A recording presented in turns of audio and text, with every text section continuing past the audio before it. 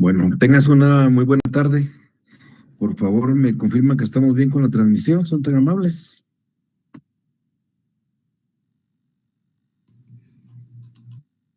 Sí, licenciado, todo bien. Sí, licenciado. Muchísimas gracias.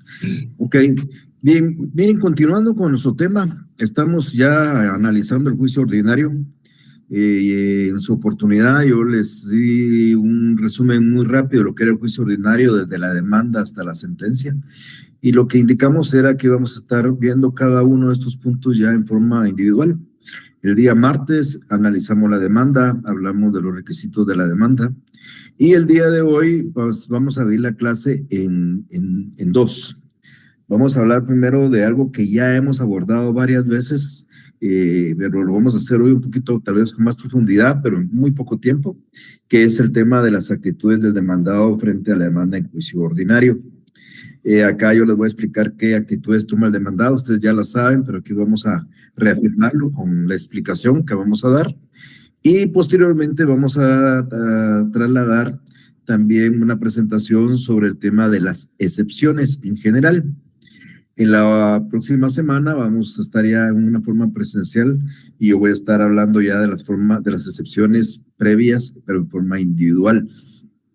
Creo que un tema de las excepciones y probablemente un anticipo de la prueba, cuando digo anticipo de la prueba es un anticipo de lo que es la teoría de la prueba, que abordemos el día jueves, posiblemente la semana entrante, sea hasta donde sea, vamos a evaluar en nuestro segundo examen parcial.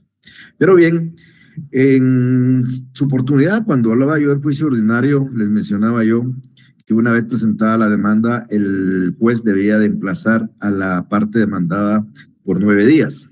9 días hábiles, que son para que el demandado frente a la demanda tome una actitud. Bien saben ustedes que la Constitución Política de la República de Guatemala establece el derecho de defensa y dice muy claramente en su un articulado que nadie puede ser vencido si no ha sido citado, nadie puede ser condenado, perdón, si no ha sido citado, oído y vencido en un proceso legal. Bueno, pues el oír a la parte contraria es un elemento sine qua non en todo proceso. Y para eso sirve el emplazamiento, para escuchar a la parte demandada.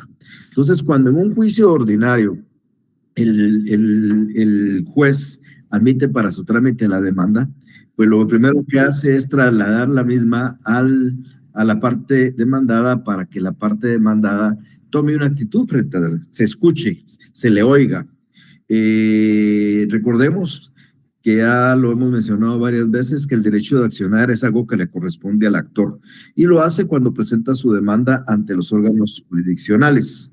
Ahora, el juez, cuando determina que la demanda cumple con todos los requisitos de forma, entonces le da trámite y lo que hace el juez al darle trámite a la demanda es emplazar por 9 días al demandado para que éste tome alguna actitud frente a esta demanda. El emplazamiento, ya lo definí en algún momento, no es ni más ni menos que un llamamiento que el juez hace al demandado para que comparezca a juicio a tomar una actitud. Entonces, cuando se emplaza, se le está dando la oportunidad de ser escuchada a la parte demandada y tiene esta la obligación de tomar una actitud frente a la demanda. Es importante resaltar que siempre tiene que haber una actitud. O sea, no podemos pasar el emplazamiento sin que haya ninguna actitud. La va a haber expresa o la va a haber tácita, pero la va a haber. Entonces, esos 9 días, ya lo mencionamos cuando explicábamos el juicio ordinario en general, son días hábiles que comienzan a contar a partir del día siguiente de la notificación. Eso quiere decir que si hoy día jueves se le emplazara a su cliente, ustedes como abogado suplente tendrían el día de mañana un día, 5 días de la semana entrante 6 y 3 días de la semana subsiguiente, o sea, hasta el miércoles de la semana subsiguiente para cumplir los 9 días del emplazamiento. Es durante esos 9 días que ustedes pueden tomar una actitud frente a la demanda. No implica que haya que esperar los 9 días, puede ser al día siguiente, a los 4 días, a los 6 días, pero tenemos una libertad de poder tomar esa actitud en esos 9 días del emplazamiento, que reitero, son días hábiles. Entonces, el demandado puede en ese término de emplazamiento, tomar alguna de las siguientes actitudes. La primera que ya mencionamos es una actitud afirmativa, que procesalmente se denomina allanamiento, que no es ni más ni menos que la aceptación de los hechos, perdón, de las pretensiones de la demanda. Entonces, el demandado puede allanarse y lo puede hacer a través de esa contestación afirmativa, es decir, simplemente acepta las pretensiones del actor. Y la otra, o sea, niega. En una acepta o afirma, en la otra niega. Y la otra actitud, pues, es la negando la demanda y por ende contestándola en sentido negativo. Tengan bien presentes ustedes, o acepta o niega. Son las dos actitudes del demandado. Si acepta, es lo que vamos a conocer como allanamiento, es una aceptación de las pretensiones. Si niega, pues lógicamente es porque no está de acuerdo con las pretensiones del actor y está en contra de ellas y por eso niega y contesta en sentido negativo. Cuando se da el allanamiento, como no hay hechos controvertidos, como en el allanamiento hay una aceptación por parte del demandado de las pretensiones del actor, entonces el juez lo que hace es proceder a dictar sentencia. Aquí ya no hay ninguna prueba, no hay contradicción. Acuérdense que los 30 días de prueba se reciben siempre y cuando hayan hechos controvertidos. Aquí no la hay. El actor afirma y el demandado está de acuerdo. Y por consiguiente, el juez lo que hace es dictar sentencia y lo lógico es suponer que la sentencia va a ser de conformidad con lo pretendido por la parte actora que ha sido aceptada por la parte demandada. Este acto se llama allanamiento. Cuando yo hablé en términos generales del proceso y hablamos en algún momento de esta actitud, recordarán que yo les mencionaba que había una aceptación expresa y una tácita, pero que la tácita se daba en el juicio oral. Eso es exclusivo del juicio oral, lo vamos a ver el próximo semestre. En el juicio ordinario, la actitud de aceptación tiene que ser expresa, el allanamiento debe ser expreso. No puede haber un allanamiento tácito en el juicio ordinario.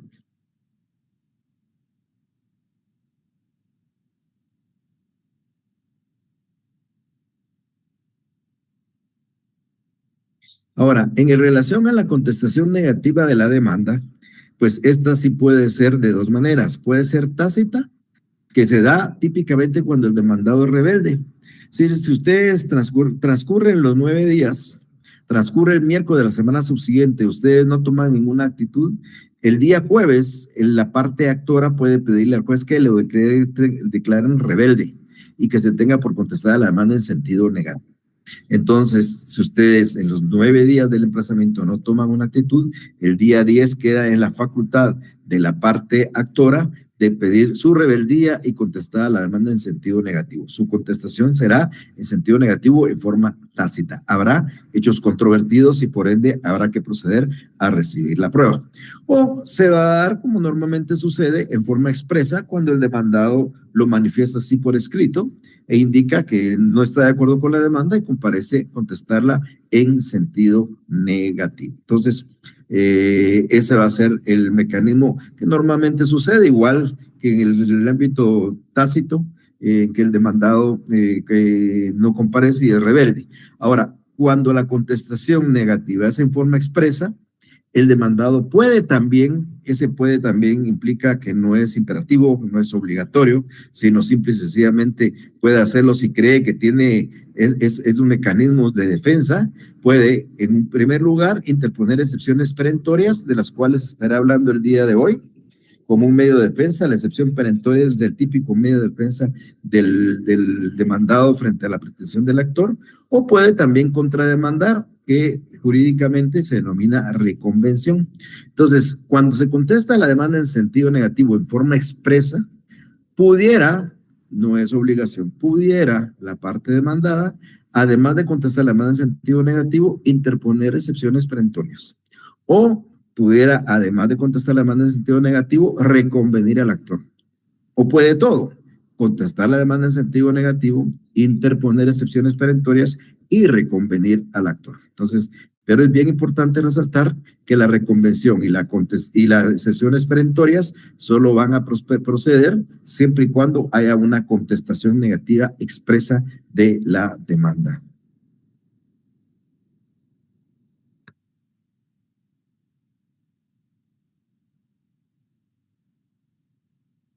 Esta es otra de las actitudes que puede tomar el demandado, por supuesto, antes de contestar la demanda, que es la de interponer excepciones previas. En unos momentos yo voy a estar hablando de lo que son las excepciones previas y las excepciones perentorias. Solo les adelanto algo. ¿Por qué estas excepciones están entre los primeros 6 días del emplazamiento? Porque estas excepciones atacan la forma del proceso. Algún error, alguna falta de presupuesto procesal, y entonces se alega como una forma depurativa para corregir esos errores, no atacando la pretensión, sino corrigiendo los errores.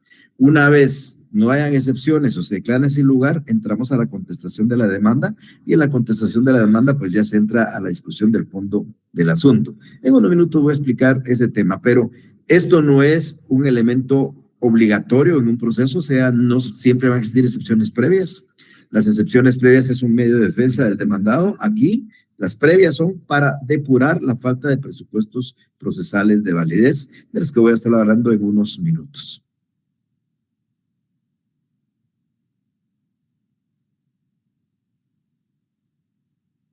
Como ya alguna vez platiqué, las excepciones previas se tramitan en la vía de los incidentes, y de eso, pues cuando ya estemos hablando de las excepciones, vamos a tratar de explicar.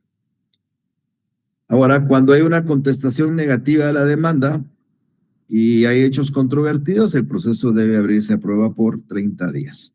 Acá es donde terminan las actitudes del demandado, y nosotros acá pues ya tendríamos que trasladarnos a la fase de prueba, que es un tema que más adelante abordaremos, posiblemente, insisto, en la otra semana del jueves, o si no será ya después del examen parcial, donde ya entraremos a hablar sobre la teoría de la prueba. Pero en este momento estamos pensando en actitudes del demandado. Si el demandado se allana, de una vez se dicta la sentencia.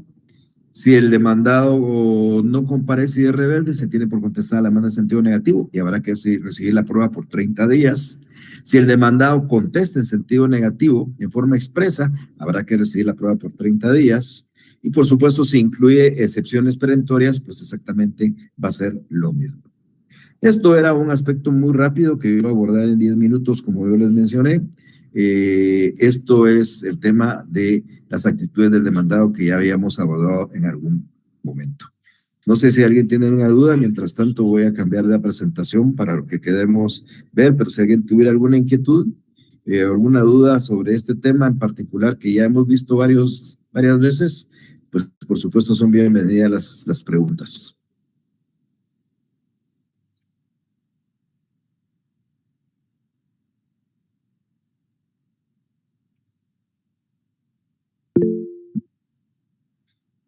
Alexia, por favor. Buenas tardes, Lex. Solo una pregunta.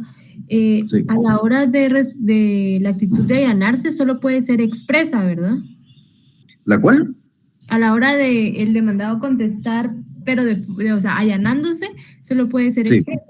Solo expresa, correcto. Okay. En el juicio ordinario es solo expresa.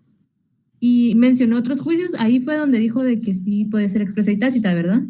En juicio oral, en algunos casos de juicio oral que veremos el otro semestre, ahí la incomparecencia del demandado y la rebeldía es aceptación, pero solo pasa en juicio oral. Gracias, Lex. Vaya.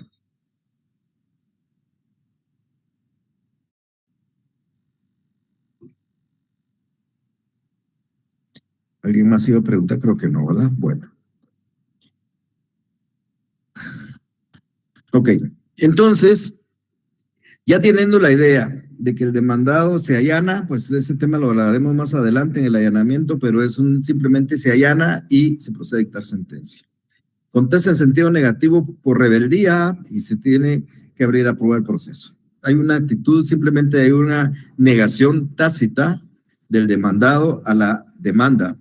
Ahora, cuando el demandado contesta en sentido negativo de forma expresa, puede agregar excepciones perentorias. Pero también hablé de otras clases de excepciones previas, y ese va a ser el tema que vamos a abordar hoy en términos muy generales. Como les decía, el día martes ya en forma presencial yo hablaré en forma individual de cada una de las excepciones. Recuérdense de aquel refrán que mencioné en un momento con ustedes. El actor acciona y el demandado excepciona. El actor tiene derecho a accionar y el demandado tiene derecho a excepcionar. Ya les decía a ustedes cuando hablaba del derecho de acción, decía que acción es movimiento, que desde el punto de vista físico, frente a una acción hay una reacción, pues dentro de todo vista procesal, frente a una acción también hay una reacción y se denomina excepción. Las excepciones, entiéndalas ustedes, todas las excepciones como un medio de defensa que utiliza el demandado frente a la acción del actor. O sea, si hay excepciones previas o excepciones perentorias, son defensas, pero con distinta naturaleza, con distinto objetivo y por distintas razones. Entonces, o son excepciones previas o son excepciones perentorias. Las excepciones previas, la ley, la doctrina le llama también excepciones dilatorias. En un momento voy a explicar las razones por qué se le denominan excepciones dilatorias. Pero bien, entonces recordemos, el actor acciona y el demandado excepciona. Ustedes nunca van a encontrar un actor excepcionando, salvo en el caso de la reconvención. ¿Por qué la reconvención? Porque aquel actor que es reconvenido se convierte en actor y demandado, y en su calidad de demandado sí puede interponer excepciones frente a la reconvención. El actor va a accionar, el demandado va a excepcionar en el juicio principal, y en la reconvención el demandado va a reconvenir, estará accionando, y el actor, como su calidad de demandado reconvenido, va a excepcionar. Pero aquí es que el actor acciona y el demandado excepciona. El derecho de accionar le corresponde al actor, el derecho de excepcionar le corresponde al demandado. Y las excepciones son medios de defensa. ¿Para qué se utilizan las excepciones? Las excepciones como medios de defensa tienen dos objetivos. El primero es atacar la falta de presupuestos procesales que impiden decidir sobre el fondo de un asunto. Y aquí hago un paréntesis. Todo proceso, amigas y amigos, requiere el cumplimiento de ciertos presupuestos procesales de validez. Una demanda planteada ante un juez incompetente es una demanda ilegal, es un proceso ilegal, porque el juez que es incompetente no puede conocer de un asunto que no es de su competencia. Entonces, esto es un presupuesto de validez que ustedes la demanda la planteen ante un juez competente. Es un presupuesto de validez que cumplan con todos los requisitos que exige la ley para hacer su demanda, tal como lo explicamos el día martes, que sus peticiones sean claras, sean precisas, que cumplan con los requisitos que dice el artículo 61, el 106, el 107, que sus peticiones, sus pretensiones también sean claras y precisas y congruentes con los hechos. Bueno, toda una serie de requisitos que hay que cumplir. Desde el momento que ustedes hacen mal una demanda y la demanda no es clara ni precisa, entonces automáticamente están incumpliendo con un presupuesto de validez. Hay que cumplir con ese presupuesto de validez. Esos presupuestos de validez también van relacionados con las partes en general. Por ejemplo, solo puede plantear una demanda a la persona que tiene derecho a hacerla, la que está legitimada para ello. El divorcio solo pueden pedir los cónyuges, nadie más. Los daños solo los puede reclamar el dueño del bien, nadie más. La reivindicación de una propiedad la puede reclamar nada más el dueño del bien, nadie más. El juicio de paternidad lo puede reclamar el hijo a quien se le ha negado la paternidad. Entonces, hay cierto, como es derecho privado nuestro, la legitimidad hay que cumplirla y eso implica el derecho que tiene la persona a reclamar. Nadie puede venir a reclamar en nombre nuestro un derecho ajeno. Entonces, esto es importante. El tema de la capacidad, cuando en algún momento hablamos con ustedes de la capacidad procesal, yo les decía a ustedes que capacidad procesal tiene todo mayor de edad y que carece de capacidad procesal los menores de edad y los declarados en estado de interdicción. Entonces, un menor de edad o un declarado en estado de interdicción que presenta una demanda, automáticamente está incumpliendo con un presupuesto de validez. La representación, hablamos en algún momento de la representación, explicamos la representación de algunas personas individuales, por ejemplo, del mandante, el que la ejerce el mandatario, o del menor que la ejerce sus padres, o el pupilo que la ejerce el tutor. Bueno, pues esa representación tiene que ejercerse de manera, pero si en representación de un pupilo llegara a X persona que no tiene una representación, no puede representarlo en juicio, y esta es falta de un presupuesto de validez. O que el padre diga que es el padre, pero no acredite documentalmente que es el padre, es un presupuesto de validez. Lo es también el tiempo. la ley le da cierto tiempo a ustedes para ejercer un derecho o reclamar una obligación o para ejercer una acción. Por ejemplo, el código dice que para promover un divorcio por causal son 6 meses. Ustedes no podrían plantear una demanda 10 meses después o 1 año después o 5 años después, porque automáticamente estarían cumpliendo con un presupuesto de validez. Y lo mismo otros aspectos importantes del sector de seguridad jurídica, o de seguridad del sistema de justicia, por ejemplo, al querer volver a demandar algo que ya fue juzgado, o querer demandar algo que ya fue transado, o querer demandar a alguien existiendo otro proceso idéntico. Entonces, 2 procesos idénticos planteando 2 demandas iguales. Entonces, todos esos son presupuestos que hay que cumplir, porque de cumplirlos, entonces se puede, el proceso se puede declarar nulo. Esos presupuestos, muchos de esos el juez se percata cuando le da trámite a la demanda y si se da cuenta puede suspender el proceso y ordenar que se satisfagan los errores o las omisiones que se hubieran hecho.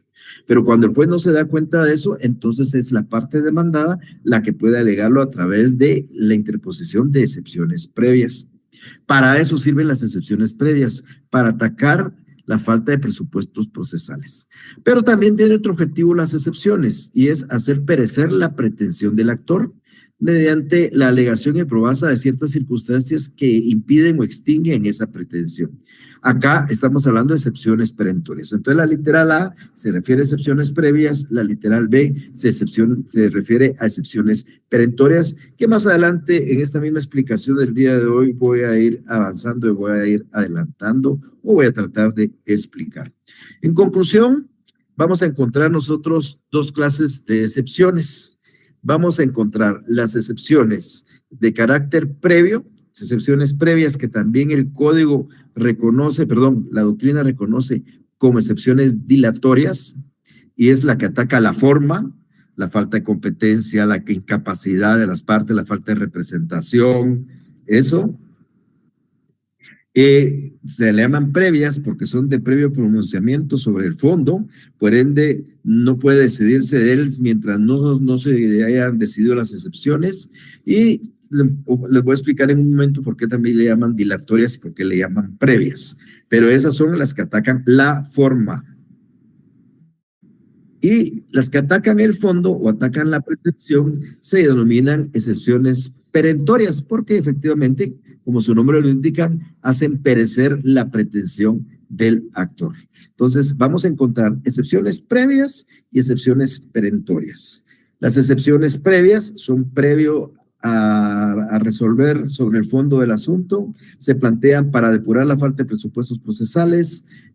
Ante la inexistencia de presupuestos se alegan estas circunstancias para que se corrijan esas faltas de presupuestos procesales. Es una excepción que ataca la forma. Y mientras que la excepción perentoria hace perecer la pretensión del actor mediante el planteamiento de una excepción que destruye, hace ineficaz, invalida la pretensión de la parte actora. Nuestro Código Procesal Civil regula estas 2 clases de excepciones. Van a encontrar ustedes en el artículo 116 y 117 la enumeración de las excepciones previas. Ahí en el 116 van a encontrar ustedes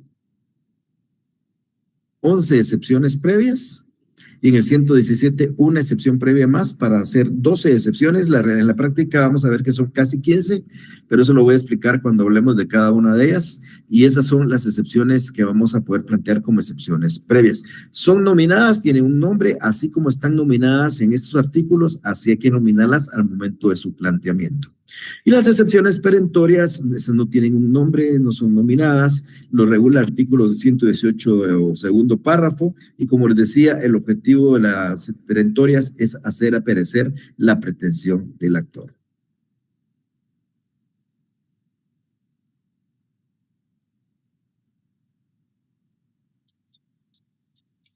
Es bien interesante cuando uno lea las excepciones previas, que las vamos a tratar de leer el día martes. Vamos a encontrar que las excepciones se plantean dentro de los primeros 6 días. Eso significa, amigas y amigas, que si a mí me emplazaron el día de hoy, yo tengo hasta el viernes de la semana entrante para plantear excepciones previas. Un día mañana y 5 días hasta el día 6º para plantear excepciones previas.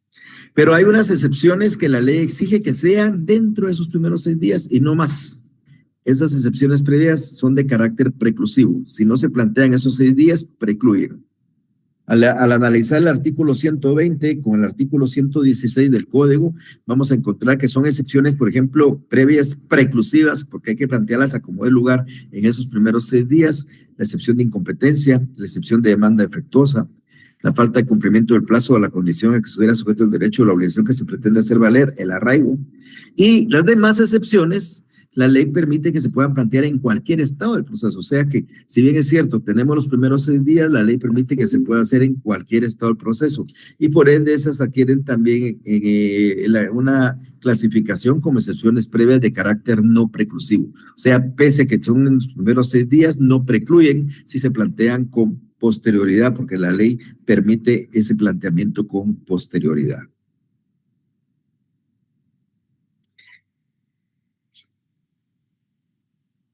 También hay una tercera clasificación doctrinaria de las excepciones que las denomina excepciones mixtas, y de esas también me voy a referir el día de hoy. Quiero contarles y adelantarles que la excepción mixta es una excepción previa. Está regulada dentro del 116, 117 que acabo de mencionar. Tiene el nombre de excepción previa, se plantea como previa, se tramita como previa, se resuelve como previa. ¿Por qué es mixta? Porque si se declara con lugar no tiene el mismo efecto de cualquier excepción previa, sino tiene un efecto perentorio. Entonces, pese a que es previa, sus efectos son perentorios y por eso le denominamos mixtas. En un minuto estaré hablando un poco de ellas.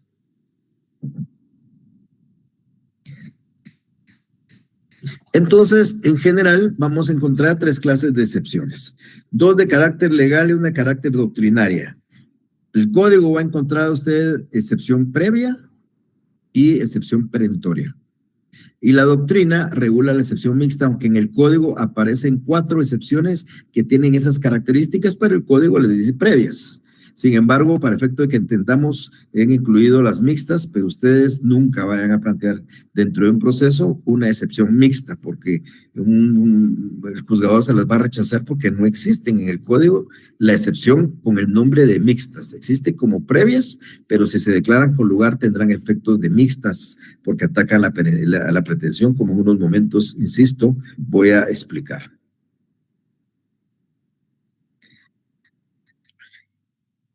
¿Por qué las excepciones se llaman previas? Se llaman previas porque son de previo pronunciamiento. Ningún juez podría entrar a resolver el fondo de un juicio, por ejemplo, si todavía se está alegando si es o no es competente. Si se está alegando si la demanda que se planteó está bien o no está bien planteada. Si se está alegando que la persona que demanda está o no está legitimada. Si se está alegando que quien representa está o no representando bien al actor. En relación a la representación, si se alega que algo ya caducó o no ha caducado. Entonces, primero, el juez tiene que resolver sobre eso y hasta que ya está firme la resolución y se declara sin lugar, entonces puede entrar a continuar con el juicio e ir a dictar una sentencia. Pero mientras existe una excepción previa, ningún juez puede llegar a dictar la sentencia. Es más, el proceso debe de suspenderse desde el momento en que se plantea una excepción de carácter previo. Entonces, las excepciones previas se denominan previas porque son de previo pronunciamiento y hasta que se resuelvan puede continuarse con el proceso y proceder a dictar la sentencia. ¿Por qué le llaman dilatorias? En la doctrina a esta misma excepción, pues le llaman dilatorias porque en términos generales, cuando suspende el proceso, automáticamente dilata la contestación de la demanda. Yo voy a poner un ejemplo con la idea que hemos dado del emplazamiento el día de hoy. Si a mí me emplazan el día de hoy, yo tengo hasta el viernes de la semana entrante para interponer excepciones y el miércoles de la semana subsiguiente para contestar la demanda. Si yo planteo una excepción previa mañana o el lunes o el martes, el proceso se detiene. Y hasta que esta excepción se declare sin lugar y quede firme, entonces yo ya tendré tiempo para contestar la demanda. Y eso puede suceder dentro de 6 meses, dentro de 7 meses, mientras estamos discutiendo la excepción previa. O sea, una vez planteo excepciones previas, ya no tendría obligación de contestar la demanda porque el proceso se ha detenido y hasta que se resuelva el tema depurativo, que corrige la falta de presupuestos procesales, podemos entrar ya a considerar sobre el fondo del asunto. Entonces, por eso le llaman en la doctrina dilatorias, porque retarda la contestación de la demanda y por ende retarda el proceso.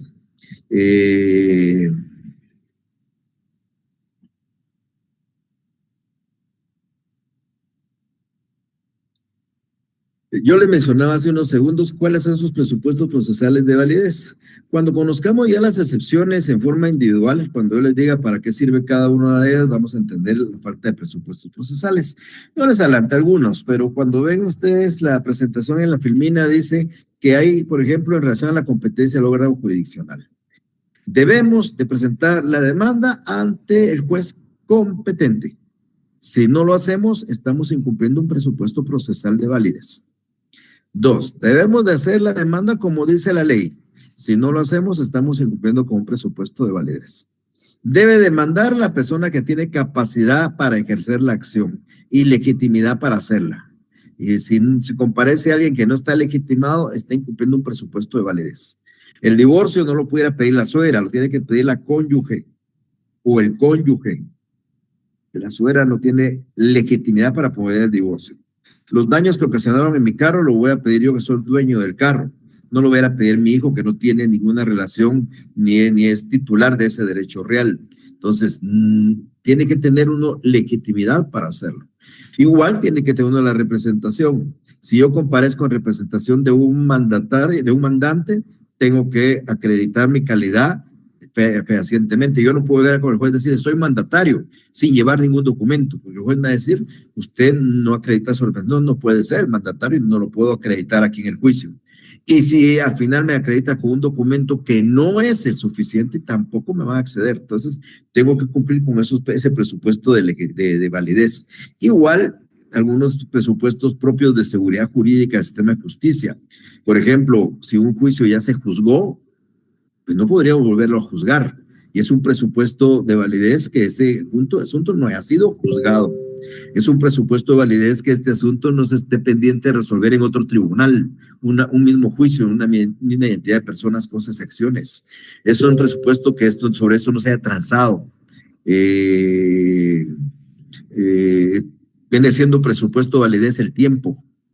Si la ley a mí me exige un cierto tiempo, dentro de ese tiempo tengo que ejercer la acción o reclamar el derecho, pero no lo puedo hacer fuera de ese tiempo. Si lo hago fuera de ese tiempo, estoy incumpliendo un presupuesto. Entonces, cuando ustedes lean, entiendan, vean cada una de las excepciones, se van a percatar cuál es el presupuesto de validez. Si el juez no es competente, entonces va a venir una excepción que va a alegar la incompetencia. Si la persona no tiene representación, hay una excepción que alega la falta de representación. Entonces, así sucesivamente vamos a ir discutiendo eso cuando ya veamos cada una de las excepciones previas. Pero mi intención acá es primero que sepamos que la excepción previa lo que busca es depurar la falta de presupuestos procesales de validez. ¿Qué sucede si una excepción de demanda defectuosa se declara con lugar porque la demanda no está bien hecha? Pues se ordena que se haga bien. ¿Qué sucede si se alega que alguien no tiene la representación? Pues se va a ordenar que se cumpla con la representación y que se acredite fehacientemente la representación. Se va a depurar el proceso, se va a corregir el error para que se satisfaga y se corrija la falta de ese presupuesto procesal de validez. Y esa es la función de la excepción previa para corregir y hacer que el proceso camine y se desenvuelva conforme a la ley. Como les decía, alguno de esos presupuestos procesales lo va a calificar el juez y va a ordenar que se subsanen, pero cuando el juez no aprecia esas deficiencias, entonces viene la parte demandada y como un medio de defensa, de forma alega la falta de ese presupuesto de validez. Y lo puede invocar a través de la excepción correspondiente. Ya les decía yo, las excepciones no se inventan, las previas no se inventan, las excepciones previas están en el Código Procesal Civil, en el artículo 116, está en la mayoría, y entre estas están las que se están poniendo en la pizarra. Yo estas las voy a explicar ya en forma individual el martes, pero encontramos una excepción previa de incompetencia, de litispendencia, de demanda defectuosa, de falta de capacidad legal, por ejemplo. Vamos a encontrar una excepción previa de falta de personalidad, de falta de personería, de falta de cumplimiento del plazo o de la condición que estuviera sujeto el derecho o la obligación que se hagan valer, prescripción, caducidad, cosa juzgada, transacción y arraigo. ¿Se recuerdan que les hablaba yo de excepciones mixtas? Bueno, voy a aprovechar para avanzar un poco en las excepciones mixtas. ¿Cuál es la excepción mixta? Es una excepción previa, pero que si acogerse tiene efectos perentorios. Regreso un poco a la presentación anterior.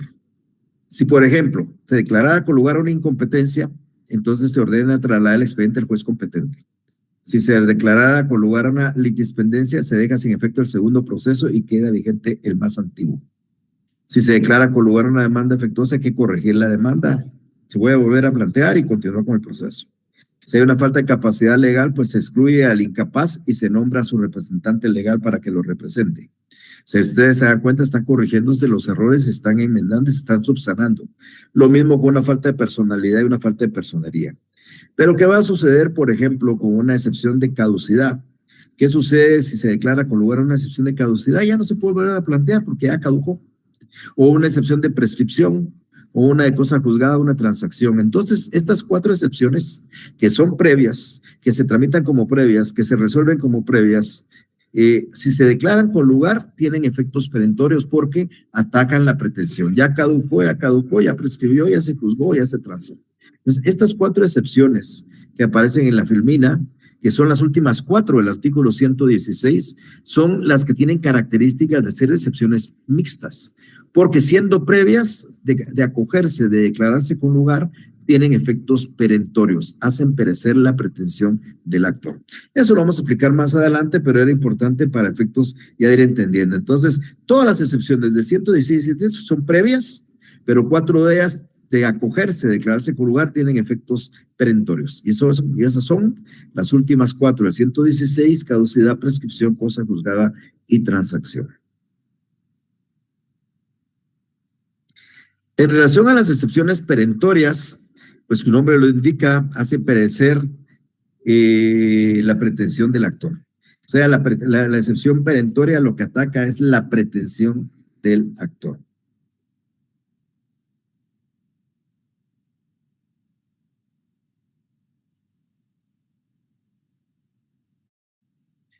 Cuando ustedes ven exactamente lo que dice en este momento la filmina, dice que la excepción perentoria es un medio de defensa que utiliza el demandado para que a través de la alegación y probanza de circunstancias modificativas o extintivas pueda destruir la pretensión de fondo del actor. Yo voy a poner 2 ejemplos.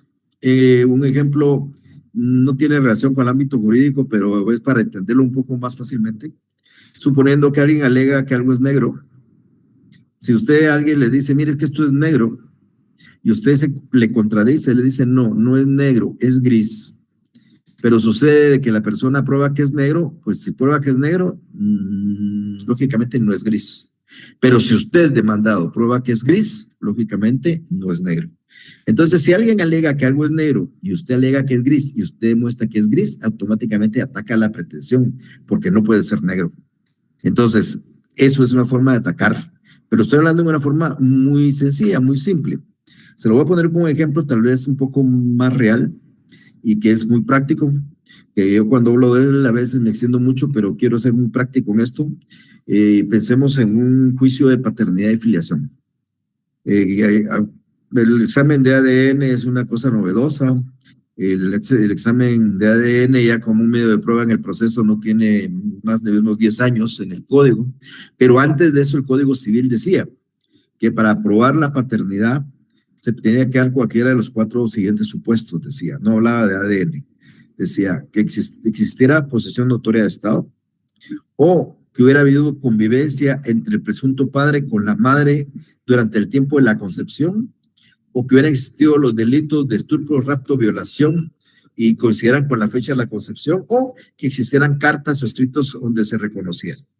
Entonces vamos a suponer algo, vamos a suponer que una persona presenta una demanda de paternidad bajo los argumentos que ellos vivieron juntos durante 10 años y que al 5º año nació el menor. Que es más, hay cartas y escritos donde lo reconoce, hay cartas donde él le dice, mira qué tal está el niño, está bonito, se parece a mí. Entonces ustedes ya con la demanda, ustedes son los abogados de la parte demandada, con la demanda ustedes llaman a su cliente y le dicen, mire, aquí dice que usted vivió con la señora durante 10 años, sí, licenciado. Dice que a los 5 años nació el menor, así es, licenciado. Dice también que usted lo trataba como su hijo, pues licenciado, le llegué a tener cariño, y que efectivamente lo miraba como mi hijo. O sea, ¿usted es el papá? No, licenciado, no soy el papá. Bueno, pero no es el papá porque no es el papá. Si él le dijera, es que no soy el papá porque yo estoy seguro que no lo soy, nada más, pues usted no le queda más que contestar la demanda en sentido negativo, nada más.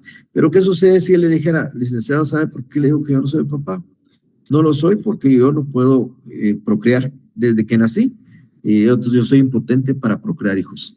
Yo tengo problemas y no puedo procrear hijos. Y eso lo tengo en un certificado médico. Se me hizo de hace muchísimos años donde yo no puedo tener hijos. Entonces, imagínense, la señora alega que vivió con el joven, con el muchacho, vivieron 10 años, nació un bebé, él inclusive en alguna carta lo reconoce como que fuera su hijo, pero él dice que no lo es porque él es impotente. Entonces, pese a que la señora afirma que el demandado es el papá, el demandado puede probar que no puede tener hijos, entonces si él demuestra que no puede tener hijos, no puede ser papá. Entonces, él con eso ataca la pretensión de la actora, pero tiene que alegar, probar y demostrar eso que él ha dicho, y lo hace a través de una excepción. ¿Qué nombre le pondríamos a la excepción? Porque es innominada, ese nombre lo ponemos nosotros. Pues yo le pondría excepción perentoria de imposibilidad física de la parte demandada para procrear hijos, en consecuencia, imposibilidad para ser el padre del menor fulano de tal. Así le llamaría la excepción. En alguna oportunidad se lo puse a los alumnos para que le pusieran nombres, alguien me puso falta de capacidad legal para procrear, que no tiene nada que ver. Alguien puso la excepción perentoria de no puedo, pues dando a entender que no se puede. Pues no importa, la idea es que la excepción usted le pone su nombre, basado, no su nombre, sino el nombre que usted crea que se acomoda más a los hechos que usted está alegando. En este caso yo les dije, es una propuesta, puede ser otra, ponerle excepción perentoria de inexistencia de la relación de paternidad de la parte demandada con el menor por ser impotente para procrear, por ejemplo. Entonces, la cosa es relacionar la excepción con la defensa que estamos nosotros planteando. Con eso, de probar él que no puede tener hijos, no puede ser el padre. De probar él que esto es gris, no puede ser negro. A eso me refería yo cuando hacía más o menos la ejemplificación sencilla de lo que acaba de mencionar. Pero entonces ustedes a través de una excepción alegan ciertas circunstancias modificativas o extintivas. Hay un ejemplo tal vez más sencillo. El señor fulano de tal alega de que el demandado le adeuda daños y perjuicios ocasionados en un vehículo de tránsito. Y entonces quiere que le pague los 45,000 quetzales de los daños y perjuicios. Ustedes hablan con su cliente, le dicen, mire, es cierto, usted le chocó, yo le choqué, licenciado, usted tuvo la culpa, yo tuve la culpa, licenciado, usted le debe, no le debo, licenciado. ¿Y por qué no le debe? Porque fíjese que él, después del accidente, nos reunimos un día en una oportunidad, fuimos ante un notario y él le otorgó una escritura de condonación y me perdonó la deuda y aquí está la escritura. Entonces, si yo demuestro que él me condonó, no puedo tener la deuda. Entonces, se va a alegar a través de una excepción perentoria que podría ser excepción perentoria de la existencia de la obligación a pagar daños en virtud de que los mismos fueron condonados, punto. Y ese se va a llamar la excepción. Se presenta, se prueba que fueron condonados y si fueron condonados no puede existir obligación y se ataca la pretensión del actor. Así trabajan las excepciones perentorias.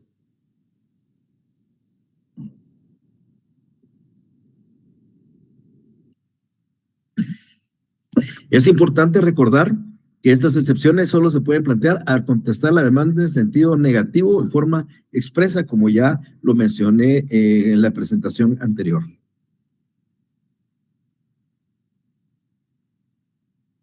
Estas excepciones son la típica defensa. O sea, las previas y las perentorias son defensas, pero la típica defensa del demandado son las excepciones perentorias. Entonces, yo, actor, afirmo algo y el demandado, a través de excepciones previas, ataca ese algo. Y esa circunstancia es la típica defensa del demandado. Por ende, ambas cosas al momento, hay que resolverlas al momento de dictar la sentencia. En la sentencia, el juez va a declarar si procede mi acción o si procede la excepción del demandado.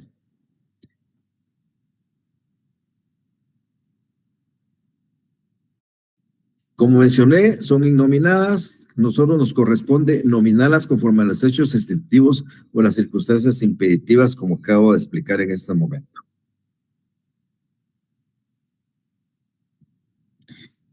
Ahora, las excepciones mixtas, ya adelanteo cuáles son, pero aquí son aquellas que son de carácter previo, pero con efectos perentorios. Una excepción mixta es una excepción previa con con efectos perentorios.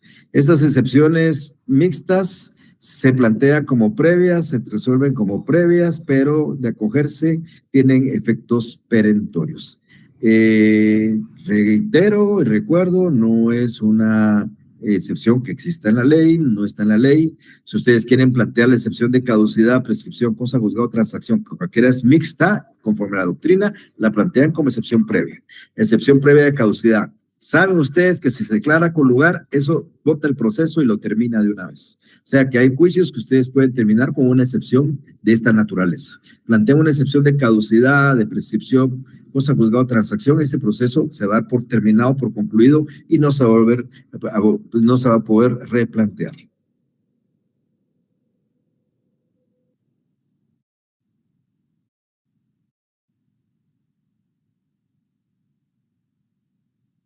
Así como está acá, efectivamente esas son las excepciones mixtas. De cogerse se ataca la pretensión. Ahora, veamos las diferencias muy rápidamente entre una previa, una perentoria y una mixta.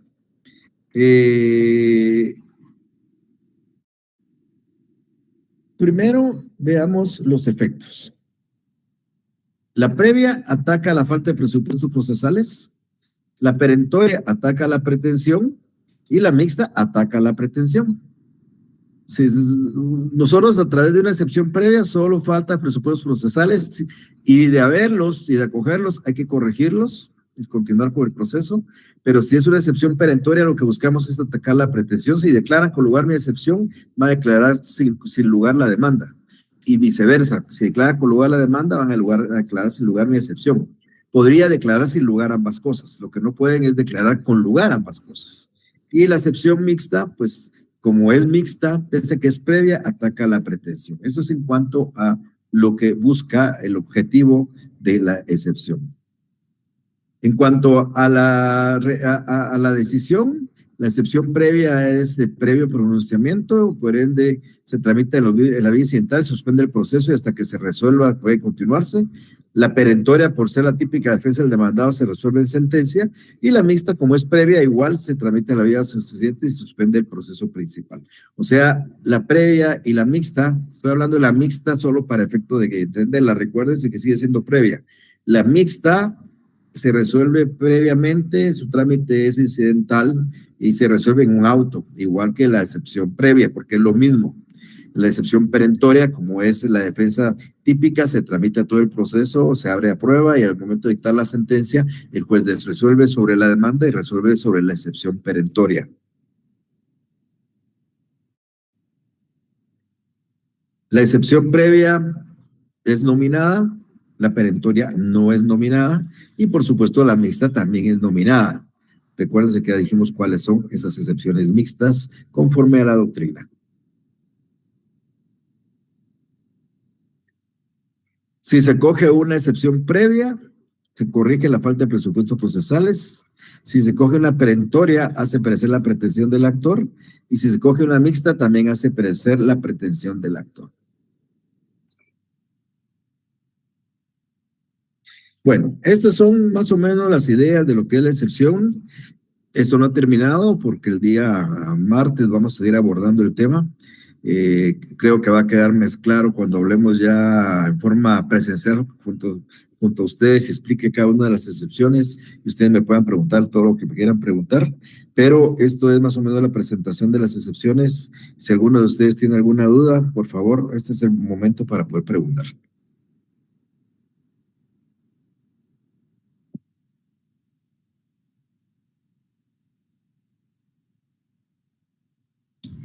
Una pregunta. Cindy. Perdón, todas las excepciones, la previa, mixta y perentoria, se presentan antes de que conteste la demanda. No, las perentorias con la contestación de la demanda. Las previas dentro de los primeros 6 días del emplazamiento. Gracias, licenciada. Vaya, Cindy. Madeline, por favor. Si nos preguntan cuáles que mencionemos las excepciones, solamente existen las previas y perentorias. Esa sería la respuesta correcta. Sí, por supuesto. Ok. Me preguntan si todas las excepciones es por la vía incidental. No, solo las excepciones previas. Las excepciones perentorias no tienen, es la defensa del demandado. El actor hizo su demanda, el demandado la contestó y planteó excepciones. Se abre a prueba por 30 días. ¿Para qué? Para que el actor pruebe lo de su demanda y el demandado pruebe lo de su excepción. Y se señala día para la vista, se dicta la sentencia. Y en la sentencia el juez decide sobre la demanda y sobre la excepción.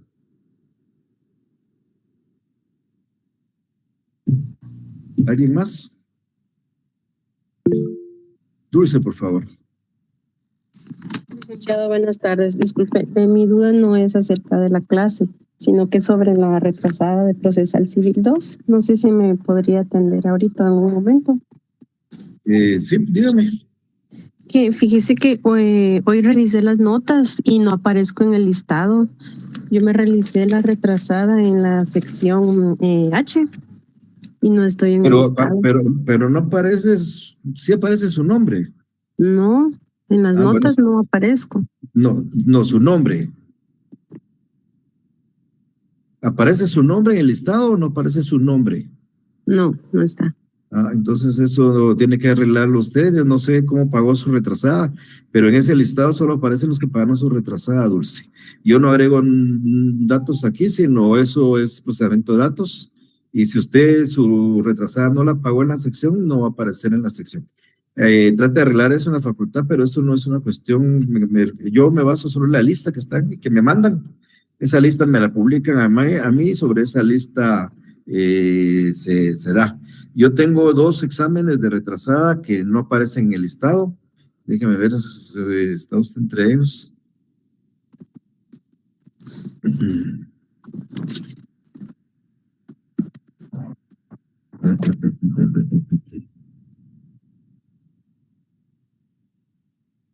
Sí me parece que se examinó, pero no la puedo incluir en el listado si no aparece su nombre ahí, Dulce.